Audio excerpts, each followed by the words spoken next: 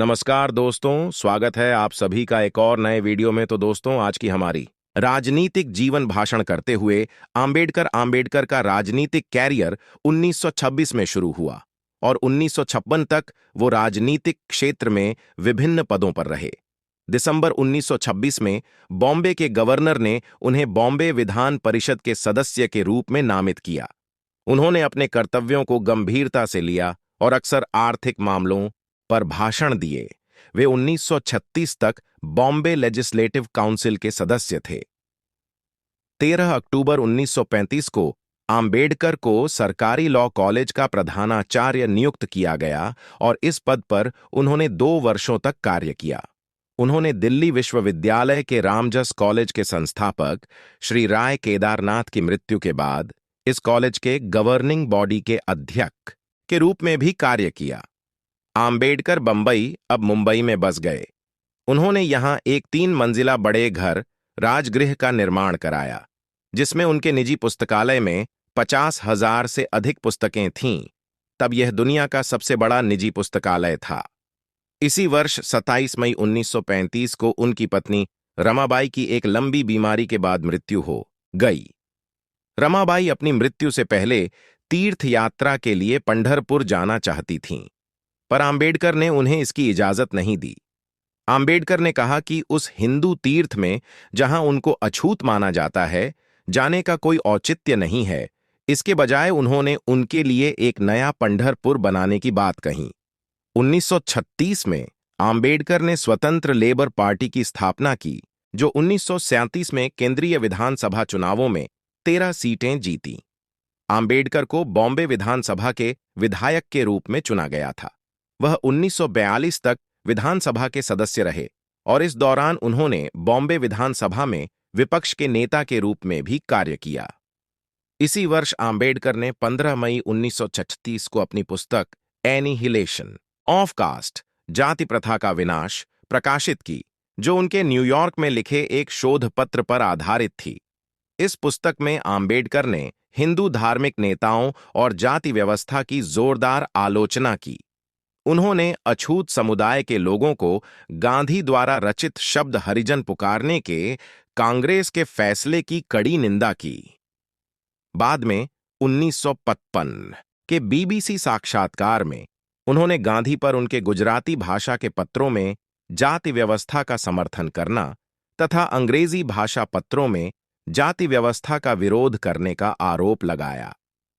All India scheduled castes federation एक सामाजिक राजनीतिक संगठन था, जिसकी स्थापना दलित समुदाय के अधिकारों के लिए अभियान चलाने के लिए 1942 में आम्बेडकर द्वारा की गई थी। वर्ष 1942 से 1946 के दौरान आम्बेडकर ने रक्षा सलाहकार समिति और वायसराय की कार्यकारी परिषद में श्रम मंत्री के रूप में सेवारत रहे। आम्बेडकर ने भारत की आजादी की लड़ाई में सक्रिय रूप से हिस्सा लिया था। पाकिस्तान की मांग कर रहे मुस्लिम लीग के लाहौर रिजोल्यूशन 1940 के बाद आम्बेडकर ने थॉट्स ऑन पाकिस्तान नामक 400 पृष्ठों वाला एक पुस्तक लिखा, जिसने अपने सभी पहलुओं में पाकिस्तान की अवधारणा का विश्लेषण किया। इसमें उन्होंने मुस्लिम लीग की मुसलमानों के लिए एक अलग देश पाकिस्तान की मांग की आलोचना की। साथ ही यह तर्क भी दिया कि हिंदुओं को मुसलमानों के पाकिस्तान का स्वीकार करना चाहिए। उन्होंने प्रस्तावित किया कि मुस्लिम और गैर मुस्लिम बहुमत वाले हिस्सों को अलग करने के लिए पंजाब और बंगाल की प्रांतीय सीमाओं को फिर से तैयार किया जाना चाहिए। उन्होंने सोचा कि मुसलमानों को प्रांतीय सीमाओं को फिर से निकालने के लिए कोई आपत्ति नहीं हो सकती है।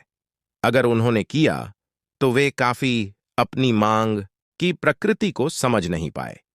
विद्वान वेंकट ढलीपाल ने कहा कि थॉट्स ऑन पाकिस्तान ने 1 दशक तक भारतीय राजनीति को रोका। इसने मुस्लिम लीग और भारतीय राष्ट्रीय कांग्रेस के बीच संवाद के पाठ्यक्रम को निर्धारित किया, जो भारत के विभाजन के लिए रास्ता तय कर रहा था।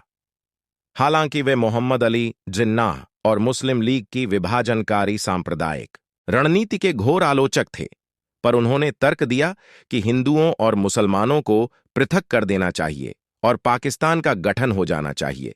क्योंकि एक ही देश का नेतृत्व करने के लिए जातीय राष्ट्रवाद के चलते देश के भीतर और अधिक हिंसा पनपेगी। उन्होंने हिंदू और मुसलमानों के सांप्रदायिक विभाजन के बारे में अपने विचार के पक्ष में ऑटोमोन साम्राज्य और चेकोस्लोवाकिया के विघटन जैसी ऐतिहासिक घटनाओं का उल्लेख किया। उन्होंने पूछा कि क्या पाकिस्तान की स्थापना के लिए पर्याप्त कारण मौजूद थे, और सुझाव दिया कि हिंदू और मुसलमानों के बीच के मतभेद एक कम कठोर कदम से भी मिटाना संभव हो सकता था। उन्होंने लिखा है कि पाकिस्तान को अपने अस्तित्व का औचित्य सिद्ध करना चाहिए। कनाडा जैसे देशों में भी सांप्रदायिक मुद्दे हमेशा से रहे हैं, पर आज भी अंग्रेज और फ्रांसीसी एक साथ रहते हैं, तो क्या हिंदू और मुसलमान भी साथ नहीं रह सकते?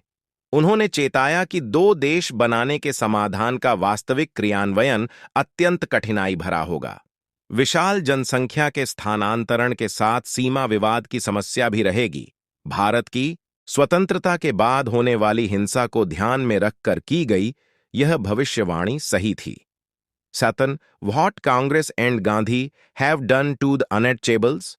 कांग्रेस और गांधी ने अछूतों के लिए क्या किया? इस किताब के साथ आम्बेडकर ने गांधी और कांग्रेस दोनों पर अपने हमलों को तीखा कर दिया।